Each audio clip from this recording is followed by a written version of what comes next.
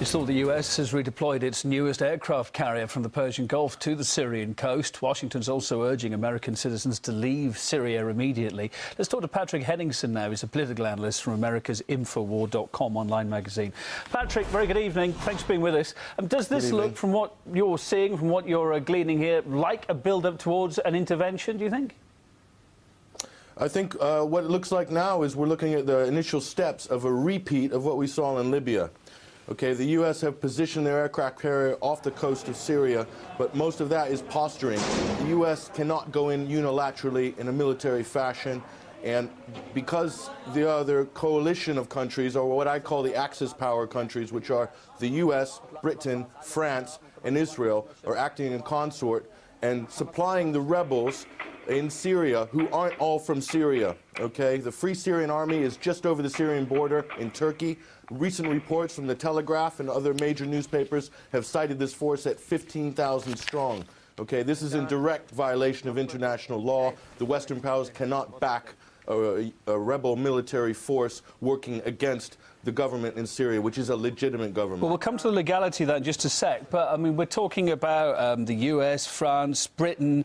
They've all just completed a very costly military mission in Libya. They're struggling to solve some big financial problems at home, of course. Do you think they really can get involved in another intervention?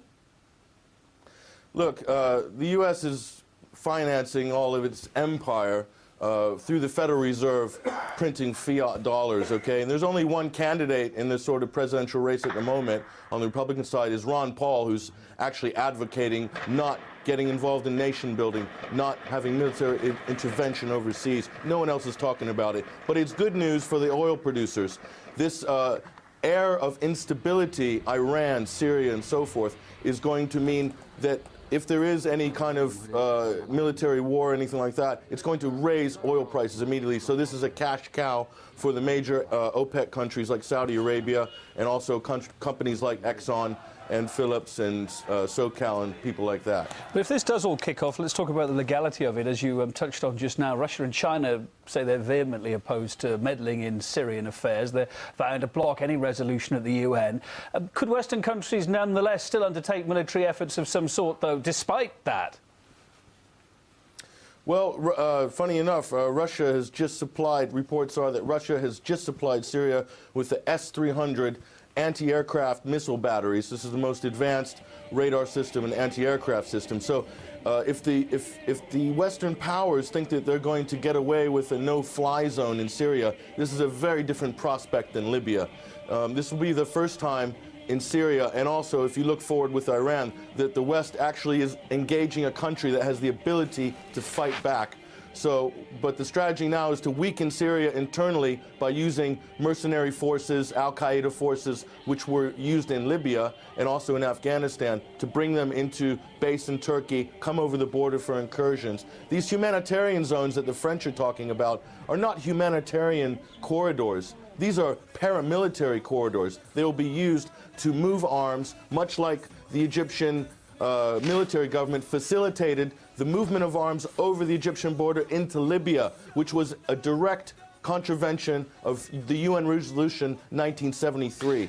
So the UN is losing all credibility here as well. Patrick, just cutting to the chase here, again, as time goes on, as we're focusing on what's happening in the country, why do you think Western powers are still so sure that President Assad's departure is going to improve anything in Syria, especially witnessing what we're seeing in Egypt right now, tonight? Exactly. Look, the Arab League called an emergency meeting in Cairo to discuss Syria.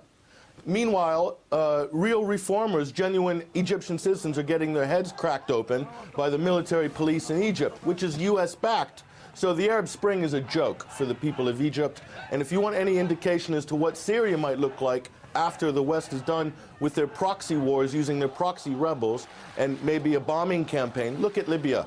They're flying the al-Qaeda flag over the government buildings in Benghazi, okay? But it is open for business as far as international corporations go. The agenda is to carve up what's left of these countries into privatized industrial corridors. They're carving up Libya. They want to carve up Syria. They also want to break what Russia and the former Soviet Union states are forming an economic bloc, a Eurasian Union. Most likely, Syria and Iran will be a crucial part of that economic bloc, this is also throwing a spanner into the plans that are coming out of Moscow. So this is a much wider. I think we're going to see a Cold War, a new Cold War emerge in the next 2 years. And we are seeing the initial steps of that new Cold War right now. Patrick Henningsen, political analyst for America's Infowar.com online magazine. Thanks for your thoughts.